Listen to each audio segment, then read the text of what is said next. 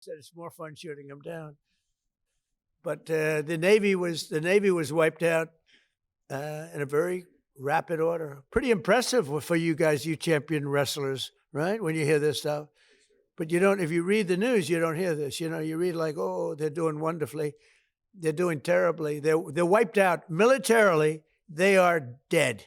Yeah. Are you afraid? Is there a new sense of a timeline? Do you want to get something done before the midterms? Well, we'd like to see President Putin and President Zelensky sit down and make a deal. I think they're getting close, but I've been saying that for a while. I've settled 8 wars. All of them should have been more difficult than this one. This should have been the easiest one. But these are 2 people that truly hate each other. You'll find out that hatred is not good for making deals. These are people that they don't like each other very much. Yeah. I know you said there's a bunch of people from the administration who are negotiating with Iran. There's been reports that the vice president is leading those negotiations. Is that true? Well, he's involved in them. JD is involved, and Marco's involved, and Jared Kushner's involved, very smart guy, and Steve Witkoff, smart guy, is involved.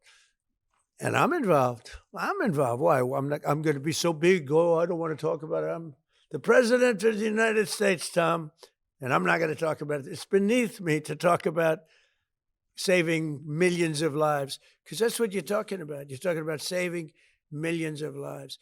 If Iran had a nuclear weapon, they would have used it. And if I didn't end the horrible Barack Hussein Obama Iran nuclear deal in my first administration, they would have had a nuclear weapon 3 or 4 years ago. They would have used it. I would have never gotten the chance probably to be president. Who knows what it would have been so devastating. And if we didn't send those beautiful B-2 bombers, they took them off my desk. They were right there. I don't know why.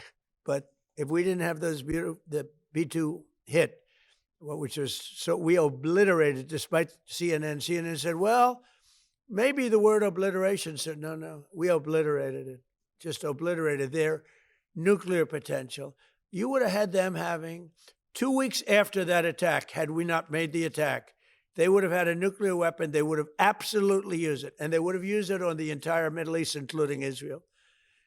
And you know why you see that? Because unexpectedly, when this war broke out, unexpectedly, they started sending missiles to UAE, Qatar, Saudi Arabia, Kuwait, Bahrain, and elsewhere.